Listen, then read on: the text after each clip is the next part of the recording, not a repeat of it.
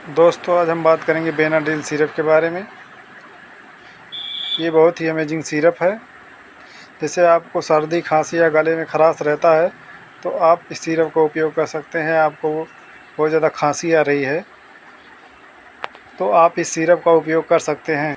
अगर आप एडल्ट हैं तो दिन में 3 बार ले सकते हैं 5-5 ml। अगर आपकी उम्र 12 से 6 साल है तो आप 2.5 ml दिन में 2 बार ले सकते हैं। अगर आपकी उम्र 2 साल से 6 साल है तो आप इसका उपयोग 1.5 ml कर सकते हैं। जैसा कि आप सब देख ही रहे हैं वीडियो में। अगर हमारे चैनल पर नए हैं तो लाइक करें, सब्सक्राइब करें, शेयर करें ताकि हमारी हर वीडियो की जानकारी आपको मिलती रहे।